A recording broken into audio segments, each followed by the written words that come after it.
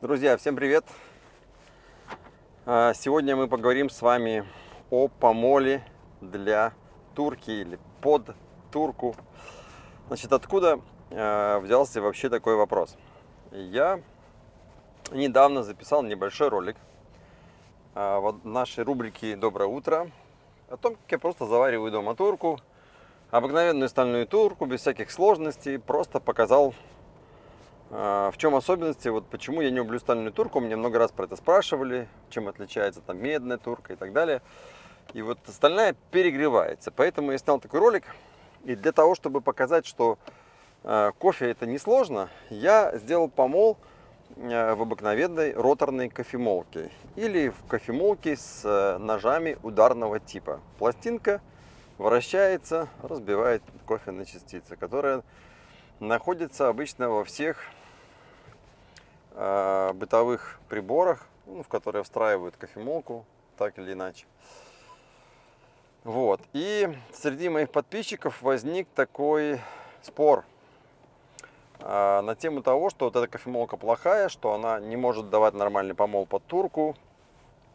И связано это с тем, что кофемолка такая делает помол неоднородный. Вот сегодня давайте на эту тему пообщаемся.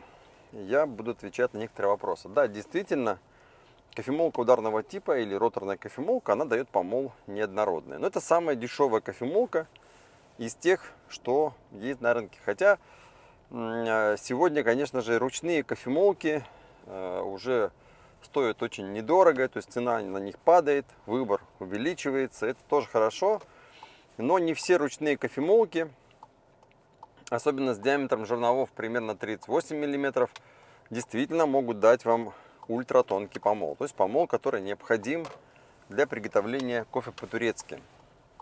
Ультратонкий помол. Я предлагаю разобраться в понятии, что же такое ультратонкий помол и действительно ли нужна ли там однородность. Давайте определимся так. Кофемолка роторная или кофемолка ударного типа делает помол неоднородный. Два ролика у меня есть на канале. Три, по-моему. Три. Где я использовал эту кофемолку. Один ролик это я использовал ее в мокке. Можно. Не очень удобно, но можно заварить кофе. Можно помолоть кофе под приготовление его в мокко кофемашине. Или в мокко гейзерной кофеварке, как ее называют. Второй раз я использовал для заваривания аэропресс. И это правда. Аэропресс метод приготовления, который неприхотлив к помолу. Хотя, конечно же, вот там однородность важна. То есть там важна однородность, это важно для вкуса. Но вопрос в том, какой кофе вы будете использовать. И вот в некоторых случаях она действительно супер важна, а в некоторых случаях, и не сильно-то и важна. И третий раз, когда вот я заварил турочку дома, я тоже использовал эту кофемолку. На самом деле просто для того, чтобы вы не боялись, смелее покупали кофе зерновой, то есть не стремились к тому, чтобы купить уже готовый продукт.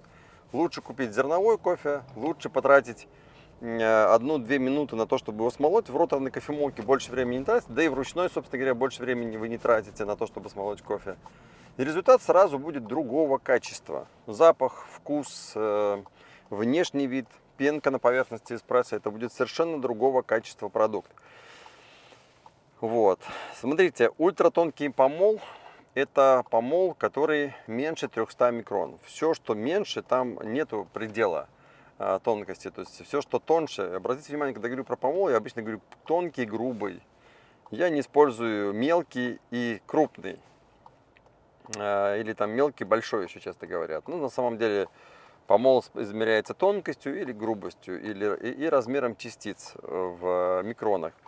Так вот, ультратонкий это 300 микрон и меньше 300 микрон. Вот все, что меньше этой цифры, можно называть ультратонким помолом. Как сложилось вот это понимание, что для кофе ультратонкий это именно 300 микрон? Это сложилось так, что сегодня способов приготовления кофе много, и все они разбились по каким-то ячейкам помола. Но два способа у нас, которые находятся в степени тонкий и тоньше, чем ультратонкий. То есть тонкий и тоньше, чем тонкий, это ультратонкий. Это способ приготовления эспрессо. где помол от 300 до 600 микрон используется, но основная фракция в пределах 400-500 микрон. И вот все, что тоньше 300, можно называть ультратонкий помол. И это тот самый помол, который мы используем для приготовления кофе по-турецки. Существует специальное устройство для измерения тонкости и однородности помола. В индустрии кофе они механические. Это сито.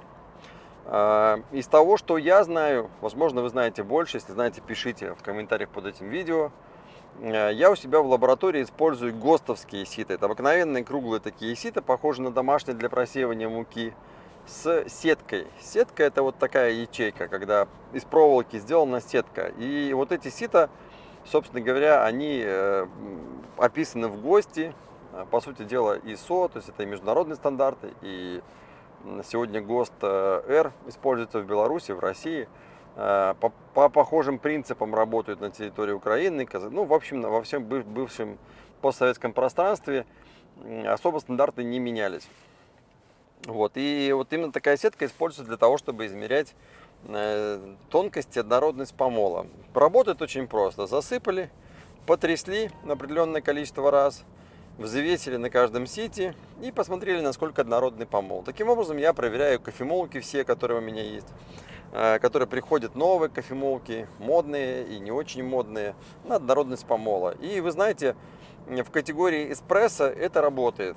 Работает не просто, но работает. Почему? Потому что сито эти забиваются. Есть еще одна компания, Крув называется. Наверное, правильно говорю, пишется Круве. А может и неправильно. Значит, эта компания производит набор сит, такой удобный, который можно носить с собой. Я себе тоже планирую их заказать, для того, чтобы просто сравнить и разобраться, в чем разница. Так вот там вместо сетки, хотя там тоже есть сетка в определенной степени помола, там используется металлическая пластинка с отверстиями, через которые мы просеиваем кофе. Получается, в одном случае ячейка квадратная, а во втором случае ячейка круглая. И, соответственно, частицы по-разному просеиваются через эти сита. Мы будем с вами получать разный результат. Но дело даже не в том, что мы будем получать разный результат. Дело в том, что категория ультратонкий помол, она настолько липкая, настолько тонкая, что вы адекватно померить помол путем просеивания довольно сложно. Просто кофе забивает эти ячейки мелкие и просыпается через эти сита очень плохо. Хотя такие сита есть.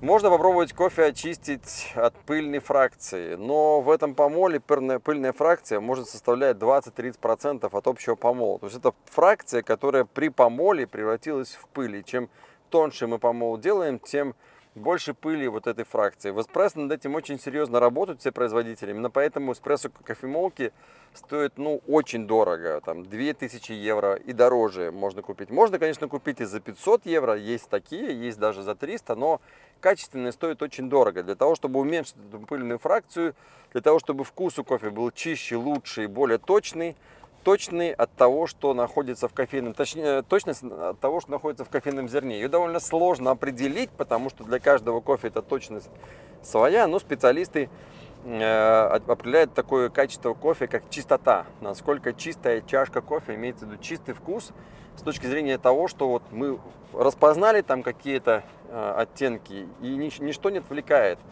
Тем более не отвлекает тактильно. Тактильно — это пыль, которая находится у вас на поверхности языка, на поверхности вкусового рецептора.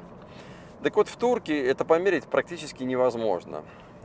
Плюс вот эти тонкие фракции, они налипают, намагничиваются за счет статики вокруг более крупных частиц. Образовывается такое как бы ядро, микроядро, и вокруг него образовываются такие вот комочки. Вы их видите, когда делали помол, и когда вы под турку смалываете, то у вас там комочков целая куча, потому что вот эта пыль, она очень сильно прилипает, и кофе комкуется. Эти комки часто бывают очень большого размера. Да?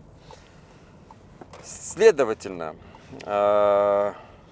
нужен ли тонкий помол для того, чтобы приготовить качественную турку? Ответ — нет, не нужен. Не тонкий. Нужен ли однородный, извините, помол для того, чтобы приготовить качественную турку? Ответ, конечно же, не нужен. Просто потому, что в этой категории Это, во-первых, сложно измерить. Во-вторых, этим невозможно управлять. А все, чем невозможно управлять, зачем тогда мучиться, стараться и что-то делать? И в этом сложно определить, как это повлияет на вкус, если мы будем с вами делать однородную фракцию помола. То есть, насколько это отразится на вкусе готовой турки. Потому что, когда мы с вами завариваем кофе по-турецки, то большой процент взвеси находится в самой жидкости, и она очень сильно отвлекает нас от основного вкуса. Она очень сильно засоряет поверхность вкусового рецептора. В этом как бы и сущность кофе по-турецки, что мы его пьем и чувствуем на вкус, в качестве таких микрочастиц, можно сказать, жуем его одновременно. В этом и фишка этого способа приготовления кофе, но там не нужно супер однородный помол. Проблемы есть, поскольку мы не знаем, насколько однородный у нас помол, поскольку процесс экстракции в турке, он довольно сложно управляем, потому что кофе контактирует с водой, можно там, хотя мы можем использовать одну и ту же воду, одно и то же время, температуру, что очень сложно делать в турке. В качественной турке это не сложно, но вообще повторять турочка к турочке довольно сложно.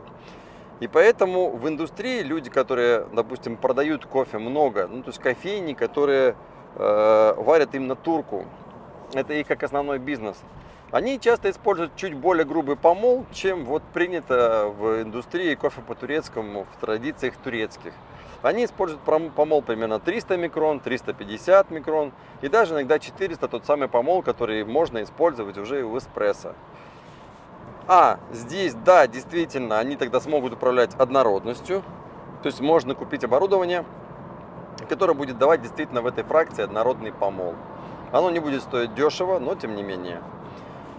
Здесь проще управлять экстракцией, потому что мы понимаем, осознаем, что фракции там однородные, и, соответственно, размер фракций, количество однородных фракций очень сильно влияет на процесс экстракции кофе, поэтому действительно этим можно управлять. Но в обычной жизни и, скажем так, обычно в этом способе приготовления, конечно же, никто эти вещи не контролирует. И я проводил эксперименты с точки зрения делать турку на разном помоле, там ультратонкий, тонкий просто, как помол для эспрессо.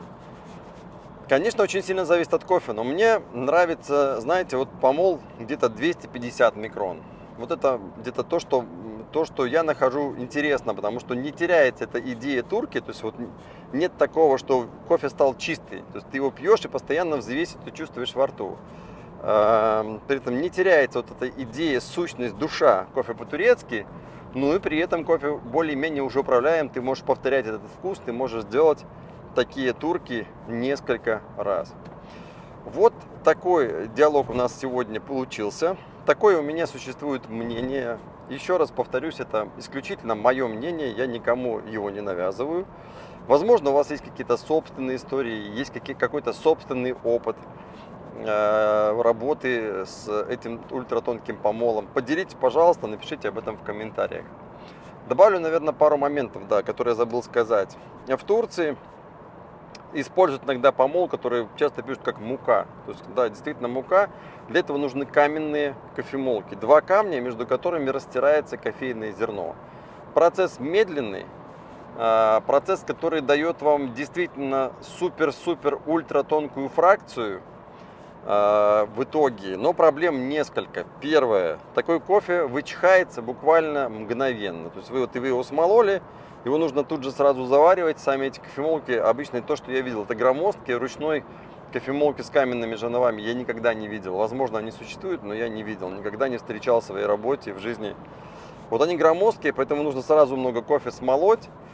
И этот кофе быстро вычхается, потому что контакт частички кофе и кислорода очень активный происходит, площадь вся кофе покрывается и окисляется.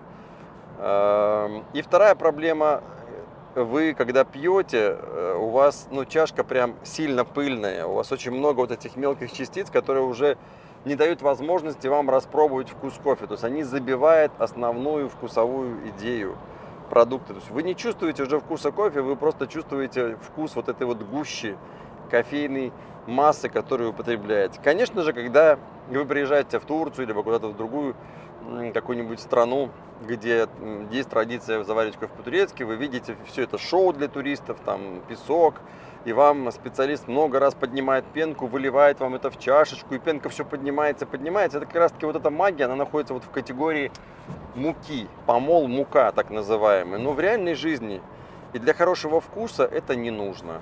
Нужно найти ту самую золотую середину, когда не потеряешь идею продукта, имеется в виду напитка, кофе по-турецки, ну, когда получаешь действительно хороший, качественный и управляемый вкус кофе на выходе. У меня все. Увидимся на канале. Блин, не получилось. Пока. Пишите новые вопросы, буду на них отвечать.